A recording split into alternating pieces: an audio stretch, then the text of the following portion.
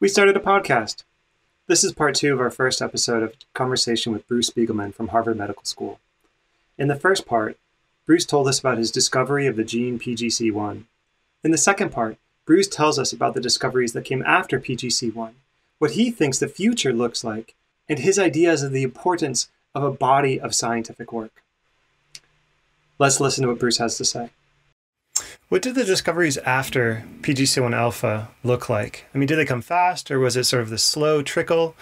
It came pretty fast, and I had a fantastic bunch of people at that time. Pede was soon joined by Zidan Wu. In 1999, Zidan Wu had a first author paper showing that PGC1 controlled mitochondrial biogenesis, and it did so by sitting down on the nuclear respiratory factors, NRFs, that are direct transcription factors that control mitochondrial genes. So very quickly, we saw that it's hard to change the expression of mitochondrial genes, but when we did gain of function with PGC1, we'd see 2 or 3-fold increases in all the mitochondrial genes. And that's a hard result to get. Not many things move them by that amount. And so I would say the next big inflection point was in 2002. About 2002, it became PGC1 alpha because John D. Lin cloned a homolog that we call PGC1 beta, close homolog.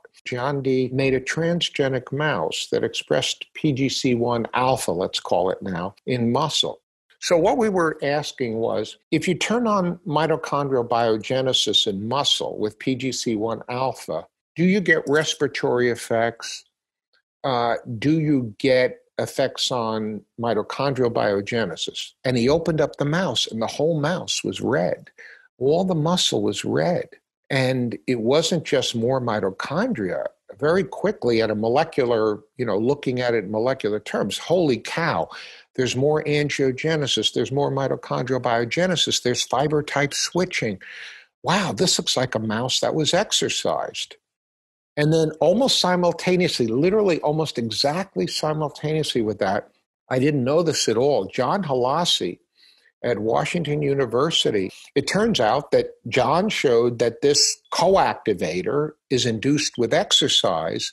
At the same time, we showed that if you put it in muscle, you get a broad response, very reminiscent of if you had really trained them for months with endurance exercise. And this is, we basically found the molecule that Halassi had been talking about and speculating about, that there was something underlying the muscle adaptation. And to a substantial extent, it was PGC1 alpha now. And so when did Big Pharma start salivating at this idea of the druggability of fiber type switching and exercise in a pill and these sorts of ideas? Well, there were 2 issues. One is, would it be good to drug this? And the other is, how can we drug this? And so the issue was, could this be drugged? So directly drugging PGC1 alpha is complicated. It's a nuclear protein. It's a big protein. It has multiple levels of control. And so I became enamored with an idea with which I'm still enamored, which is, maybe there are downstream components, including secreted proteins, that may embody some of the elements of PGC1 alpha. So that's where irisin came from. That's where meteorin-like came from. That's where beta, this metabolite, came from. So yeah, so from 2002 onward, we and a lot of other people showed you get all kinds of benefits to the muscle. With us, I think one of the most striking results was with Alfred Goldberg at Harvard, who is a muscle physiology expert. And in collaboration, we showed that if you have elevated PGC1 alpha and you denervate the muscle, which of course paralyzes the muscle, ordinarily if you denervate a muscle and you paralyze it, it shrinks very rapidly. You get catabolism of muscle that isn't used. As everybody knows, if you've had a limb cast or something like that, son of a gun, you could denervate the muscle, and although it was paralyzed, it didn't shrink.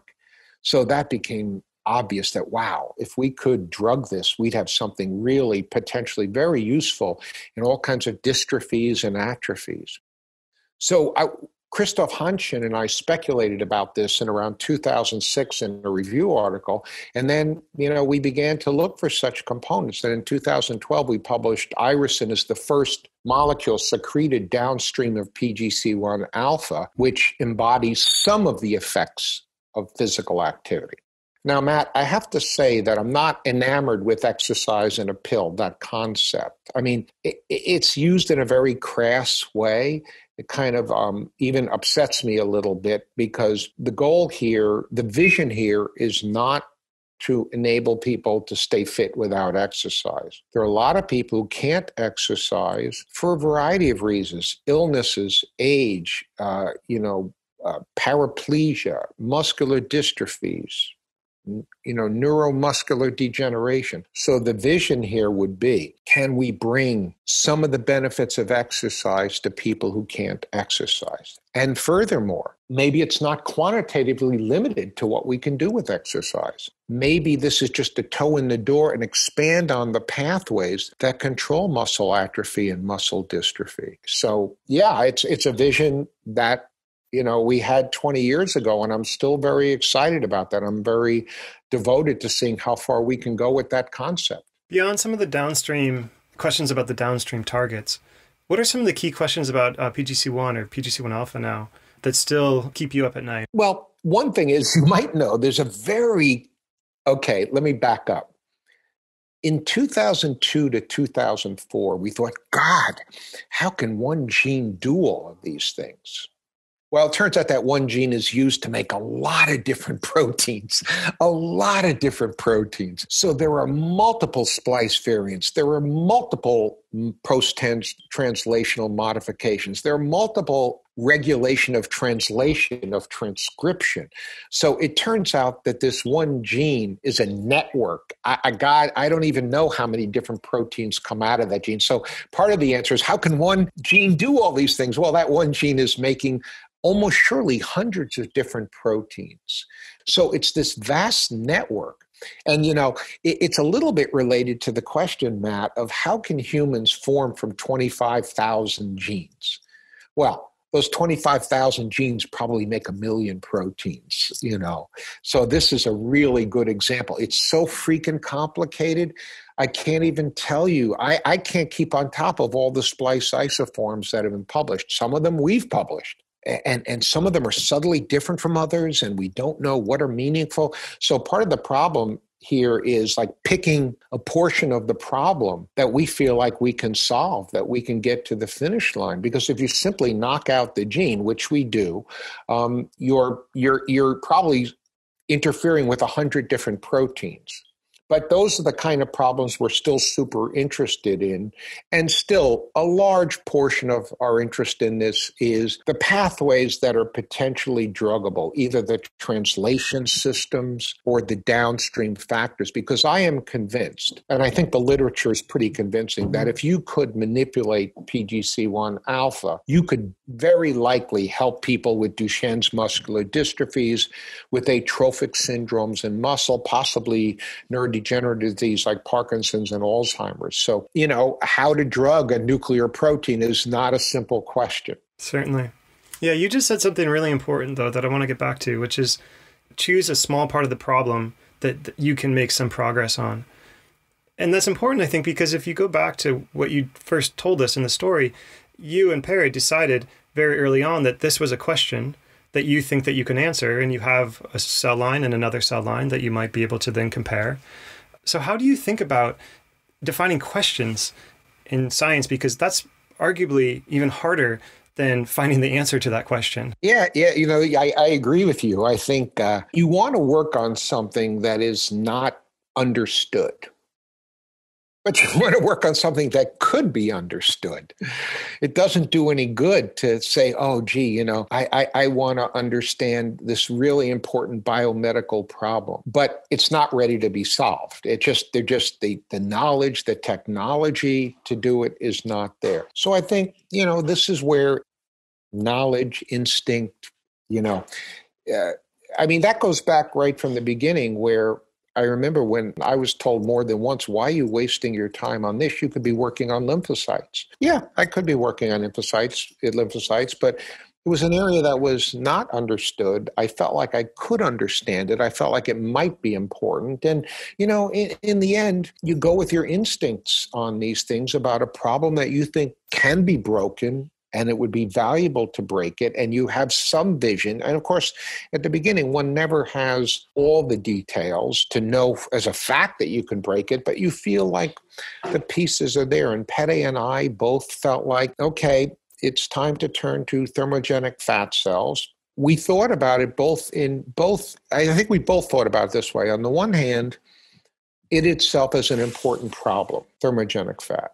On the other hand, that it would be a platform that we could discover interesting molecules involved in energy expenditure.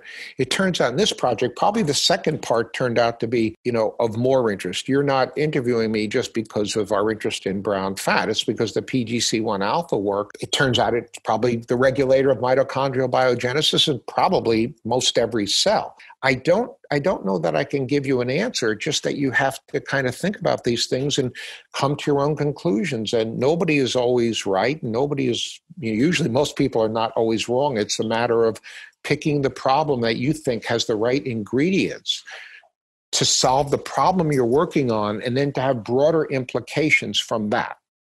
So instinct or intuition, like you said, for a problem or for a question, requires feedback, ideally rapid feedback, to let you know if your intuition or instinct is right.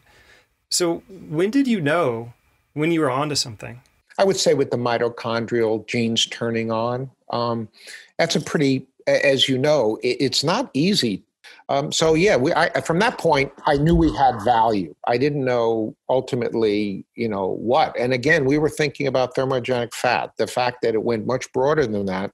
I don't recall even thinking about that. But yeah, that we found something that controls mitochondria, even in the adipose lineage, was pretty darn interesting. And then, there, of course, is luck in these things. It turns out that, it's not that PGC1 is brown fat specific or muscle specific, even though it looked a little bit that way on northern blots. It's just that they have more mitochondria, so they have more PGC1. Other cells had it. It just wasn't as obvious because they don't have as many mitochondria. It kind of went from there and got better and better. But it kind of is, like a lot of things in science, it can be a feed-forward loop or a feedback loop. In this case, it was a feed-forward loop. So in several of the descriptions of the early days, you're telling us about technology that we'll just say is historic. If you had to approach this problem again today and you were looking for a specific factor that had the same attributes, how would you approach that problem today? In the early 2010s, when we began to do this, I felt like everybody was using field glasses and we had the Hubble telescope with high resolution mass spec. Now, it can be solved a lot of other ways. You got your CRISPR screens and, you have siRNA screens, but high-resolution protein mass spectrometry is unbelievably powerful. The power of protein chemistry these days is amazing. And that's been our toe in the door in so many things. It's amazing what you can do with that now. If you think back of the trajectory of discovery of PGC1, what lessons did you learn along the way that you either apply to your work or you carry on to your trainees and encourage them to apply to their work? I would say, there are many answers to that. I would say the single biggest thing is not to think in papers, but think into an overall body of work. I just, you are who you are, but scientifically, I never think of a paper as anything except a stepping stone. It doesn't mean much if it's not part of a broader body of work and a broader theme of work. So the PGC1 work, we have papers that are nice highlights along the way, but it's really been the development of a body of work over 20 years. And I'll often say to the people in my lab, yeah, that's good. I like that. Where is it going from there? Where could it go from there? I do think for myself and for the people I work with, you have to focus on the individual papers. But if the goal is that individual paper, it may not be that big a deal. Papers come, papers go. Some papers lead to other things, some don't. What you want to do is put something down, publish something that you're proud of, and that can play into a much broader perspective, a much more robust perspective. Excellent. Well, Bruce, this has been a lot of fun. I want to thank you for taking some time to chat with me today. It was my pleasure, Matt. I hope I see you in person. Okay. All right. Well, thank you, Bruce. Take care. Thanks for joining us to hear Bruce's story. His work to uncover PGC1, now recognized as a key gene controlling energy metabolism, proves that the path to discovery is paved by grit and passion. His resolve can serve as inspiration to us all on our own journeys to find Heureka. If you like this story, give us a review on Apple or wherever you listen to your podcasts, and give more people opportunity to learn from the world's best scientists. To stay up to date, you can follow us on Twitter or Instagram at Heureka Labs. You can also find show notes, transcripts, and some video on our website, stories.heurekalabs.org. That's stories.heurekalabs.org. You've found Heureka. Thanks for watching. Bruce is our first guest in a series that will be running all year long. If you like this and want to hear more, go ahead, hit the light bulb in the corner, and subscribe. If you have any comments or guests that you would like to see, go ahead and let us know in the comments below.